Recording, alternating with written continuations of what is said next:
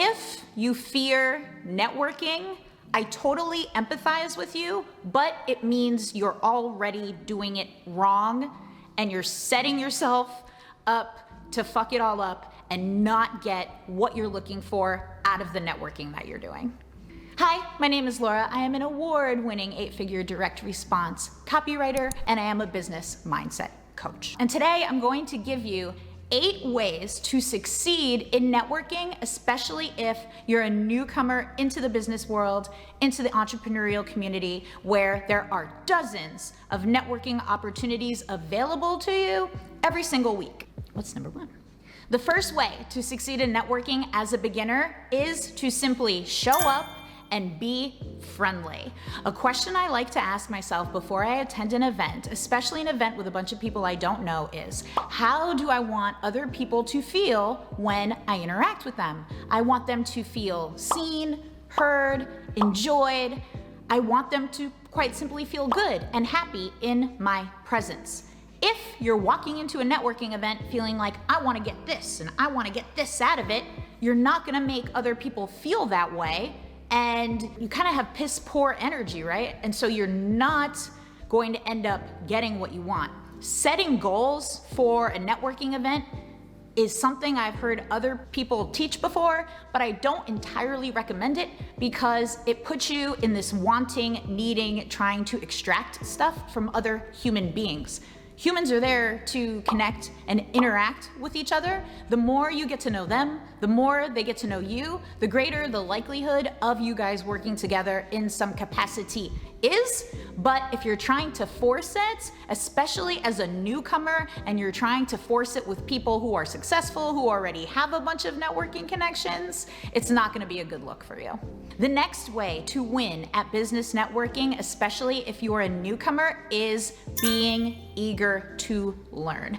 Instead of interjecting in a bunch of conversations with this desire to prove yourself and show everybody how smart you are, it's a much better approach to hang back, listen, and be eager to learn. Ask questions. Openly tell people, hey, it's my first or second time at an event like this. What do you enjoy about these events?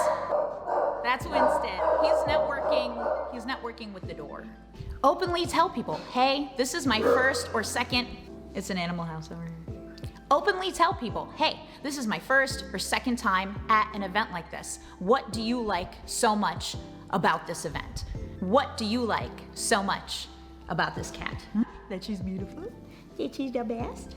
If you're walking into a conference thinking to yourself, I want people to feel happy to be in my presence, and I am eager to learn, it's gonna boost your confidence a ton because now you're no longer in the state of performance. I have to perform like I know everything that I'm talking about. I have to perform in order to get X, Y, and Z. No wonder people feel imposter syndrome. No wonder people feel a lack of confidence if they're in that energy. But if you show up with a smile on, looking to make people feel good and to learn a thing or two, I don't see how you could feel unconfident in that state. It's a very easy, aligned, happy state to be in. Going off of being eager to learn is asking questions. So rather than talking a ton about yourself, ask questions to the people that you meet. Really easy pool of questions for you to use are things related to the event itself. What do you like about this event? If they're speakers, which speaker presentation did you enjoy? Or how often do you come to these events? What other type of events that you go to? And what other type of events do you go to is a great pivot sort of question where you begin to learn more about the other individual with whom you're speaking. So you could ask them about their business, ask them about what's really exciting in their business right now, ask them about things that they love that are outside of business. Notice that these questions are all positive questions. You're not asking about problems, you're not asking about challenges. I'm not saying there's no time and place to ask about problems and challenges, because there certainly is, but when you first meet somebody, it can be very effective to get them speaking about positive, happy things. It releases dopamine, it releases serotonin, and the person that you're talking with may associate those positive feelings with you because you're the one asking the question and you're the one listening to the answer. So stepping into the event or the networking meeting or whatever it may be with this positive energy and maintaining that positivity with the type of questions that you ask is a great foundation for you to be successful and beloved and genuinely enjoy networking events that you go to. When you do talk about yourself, share what you're passionate about. Share why you decided to attend this networking event in the first place. Let people know what you're interested to learn, what you want to try out, what you're curious about. Again, this is all with the foundation of happiness and positivity versus coming into an event and saying, I'm struggling with this went wrong for me, I don't know what I'm doing. Who wants to be around a complainer like that, right? Again, not to say there's no time and place for leveraging some concerns and expressing some complaints that you may have, but it's definitely not when you're first meeting a group of people in a positive environment who are looking to get things done. So be a positive person, share what you're passionate about, even passions that don't have anything to do with the subject matter of the event itself. It's just a great way to better build more nourishing, fruitful relationships with the people that you meet. We've been talking a lot about positive energy in this video. So I have an incredibly cool free gift and tool, really powerful stuff for you that's going to help you step into a genuinely more positive energy. You can check out what that gift is at mindframe.me. If any of these networking tips has been helpful for you so far, hit the subscribe button because I'm gonna make a lot of shit like this. I just can't be fucking serious with the plug, but seriously, subscribe. Another way to win in business networking as a newcomer is to be funny. When I was in college and I thought I was gonna be an investment banker, I would go to these meetings. All the big firms would recruit at my school, right? Like Goldman Sachs, Citigroup, Bank of America, whatever. And you would think that those meetings would be very corporate and very stuffy. But they weren't. The best parts of the meetings would occur when me and one of the reps at one of the banks would share a little joke, nothing crazy raunchy, of course, but it could be a dad joke, it could be a meme, anything lighthearted and funny. Everybody, even if they're the most stuffy seeming person in the whole wide world, wants a little bit of levity in their life. So don't be afraid to crack a joke. Don't be afraid to riff with somebody else who's telling jokes. Don't be afraid of being a weirdo, right? Because maybe you have a sense of humor that you think is strange or that you think the average stranger isn't gonna get.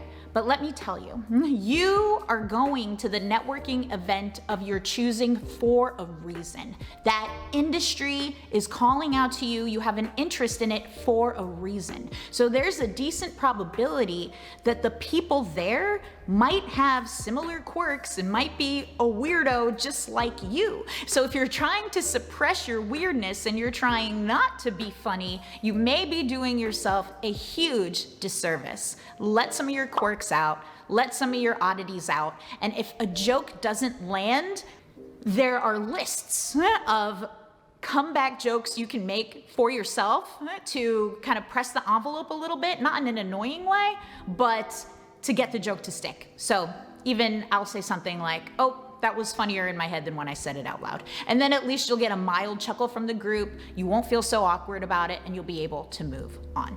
When you meet and connect with somebody at a networking event, especially if you genuinely want to continue the conversation, ask for a close.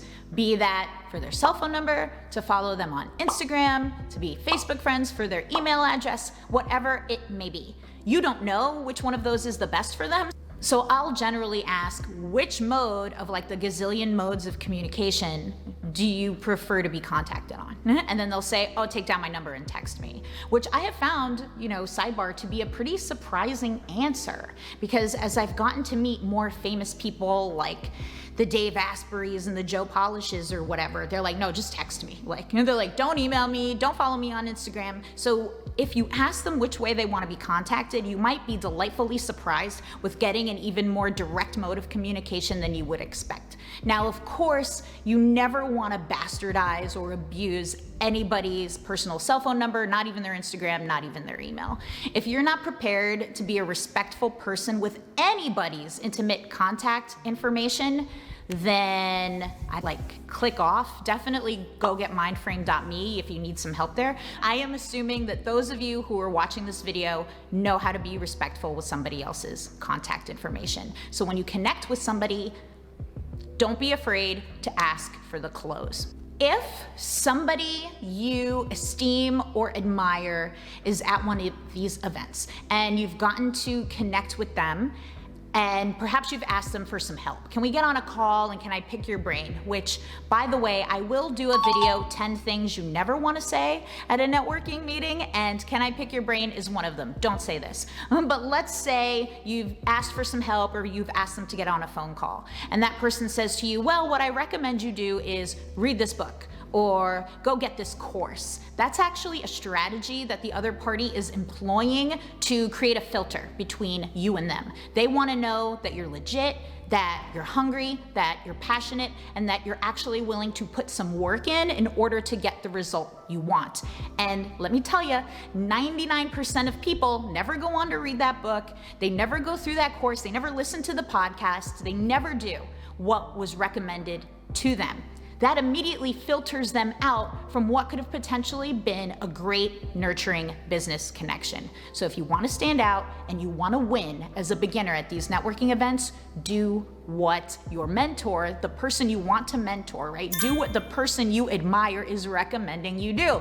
If they recommend you listen to the podcast, go listen to the podcast, and then you can follow up and say, I listened to this podcast, I thought X, Y, and Z, I had this question about it, what did you think? You have no idea the power of the bond that actually listening to the advice that you receive, following through on it, and letting the other party know is gonna do for you. That is an exponential potential point for you to explode from a newcomer, from a newbie in an industry, to being brought in to the higher levels and to the inner circle. And most people would never reveal that to you. They wouldn't reveal how often they set the screen, and nobody makes it through the screen. So I am here to give you that advice, because if you follow it, then you're the type of person who deserves it. If you enjoy some of those insider secrets, feel free to subscribe. See? I stutter right there. If you enjoy those insider secrets, feel free to subscribe to my channel for more. I know that being at networking events, you could feel shy, you could feel nervous and awkward, and you might feel like you have an imposter syndrome thing going on, especially if you're new. So go ahead and check out my video on why you should have imposter syndrome right over here. I'll see you there.